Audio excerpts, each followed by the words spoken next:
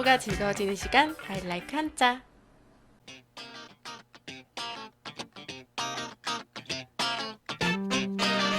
안녕하세요. 한자 공부 100일 프로젝트 사자성어 편입니다. 오늘은 43번째 사자성어를 만나볼게요. 오늘의 네 글자입니다. 오른쪽 작은 네모에 부수를 표시했고요. 글자들의 난이도는 준7, 준4, 준6, 준7급으로 이루어져 있습니다. 일단 사자성어의 전체 도금부터 확인해 보고요.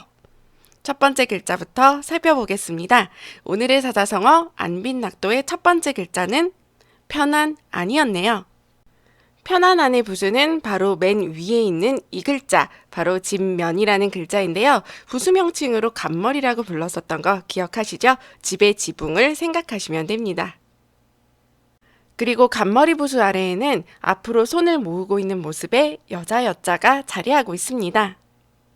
이렇게 집안에 있는 여자의 모습으로 안정적인 의미를 보여주고 있습니다.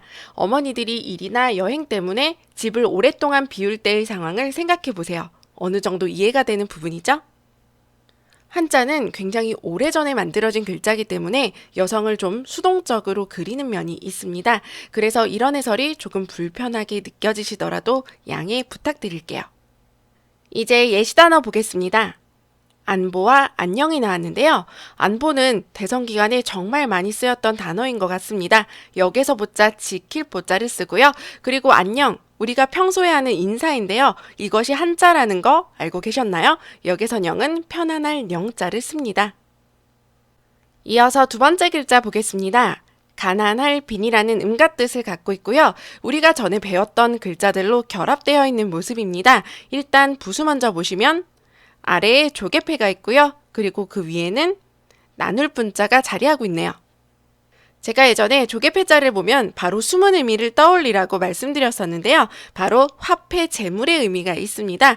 그리고 위에 있는 나눌 분자는 칼도와 8팔이 합해져 있죠. 이 칼도로 8팔의 모양처럼 둘로 나눈 모습이었습니다.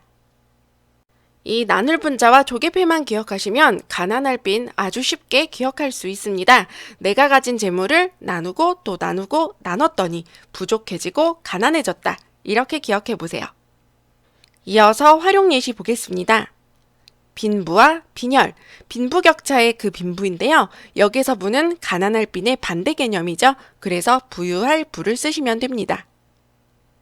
그리고 가난할 빈에는 부족하다, 모자라다라는 의미도 있기 때문에 빈혈의 빈으로도 쓰이는데요. 여기서 혈은 피혈자를 쓰면 되겠죠? 계속해서 세 번째 글자 보겠습니다. 즐길 낙 또는 락이라는 도금으로 불리고요. 부수는 아래쪽에 있는 이 글자 나무 목입니다. 그리고 나무목 위의 형태가 조금 복잡하게 느껴지실 텐데요. 똑같은 글자가 양쪽에 있는 모습입니다. 이 글자는 바로 작을 요자고요. 이렇게 두 개가 자리하고 있습니다. 그리고 그 가운데는 흰 백자가 있죠. 이 글자들의 작다, 희다라는 의미가 활용된 것이 아니라 형태가 활용된 것입니다. 아래에 있는 나무 목자는 나무 받침대고요. 그리고 그 위에 있는 글자들은 바로 악기를 나타낸 것이라고 해요. 가운데 있는 흰 백자는 붓과 같은 타악기, 그리고 양쪽에 있는 작을 요자는 작은 재료를 여러 개 엮어서 만든 악기라고 생각해 주시면 될 것 같고요. 노래 악이라는 또 다른 음가 뜻이 있기 때문에 즐겁게 노래를 연주한다. 이렇게 기억해 주시면 되겠습니다. 하지만 여기서 끝이 아닙니다. 즐길락, 노래악 말고도 또 다른 음가 뜻이 있는데요. 바로 좋아할 요입니다. 그래서 지금 보여드리는 이것, 낙산, 낙수가 아니라 요산, 요수라고 읽으셔야 하고요. 산을 좋아하고 물을 좋아한다라는 의미입니다. 이제 예시 단어 볼게요. 낙관과 음악. 낙관에 관한 볼관자를 씁니다. 앞으로의 일을 잘 될 것이라고 희망적으로 보는 것이고요. 그리고 음악, 노래 악이라는 음가 뜻으로도 쓰였기 때문에 음악의 악으로 쓰이고 있습니다. 여기에서 음은 소리음자를 써주세요. 이제 마지막 글자 보겠습니다. 길도라는 음가 뜻을 갖고 있고요. 지난 글자편 15강에서 소개한 적이 있었죠. 부수는 니은자 형태로 자리를 차지하고 있는 이 글자, 부수 명칭은 책받침이라고 불리고요. 쉬엄쉬엄갈 착이라는 글자입니다. 이 책받침 부수는 이동의 의미를 더해주는 역할을 하고 있고요. 그리고 오른쪽 글자 사람의 머리 형태를 본떠 만든 바로 머리수라는 글자예요.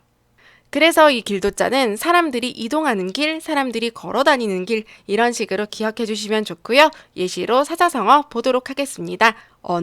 도단이라는 사자성어를 볼게요. 아래의 한자들로 구성이 되어 있는데요. 말씀언과 말씀어, 그리고 끊을단입니다. 언어의 길이 끊어졌다, 말의 길이 끊어졌다. 그러니까 다시 말해서 말문이 막힌다라는 의미를 갖고 있어요. 이제 안빈낙도의 전체 의미를 해석해 보겠습니다. 가난함을 편안하게 생각하고 도를 즐긴다. 이렇게 정리할 수 있는데요. 숨은 의미도 직역과 별반 다르지 않습니다. 가난함을 편안해 한다는 것은 그것에 얽매이거나 구속되지 않는 것이고요. 도를 즐긴다는 것은 안 좋은 상황에서도 내가 가고자 하는 길, 도리 같은 것을 지킨다라는 의미죠. 예전에 쓰인 시조들에서 이런 안빈낙도의 정신을 많이 볼 수가 있는데요. 요즘 사회에서도 필요한 자세가 아닐까 싶습니다. 오늘의 사자성어 안빈낙도였고요. 수고 많으셨습니다. 저는 다음 시간에 글자편으로 찾아뵐게요.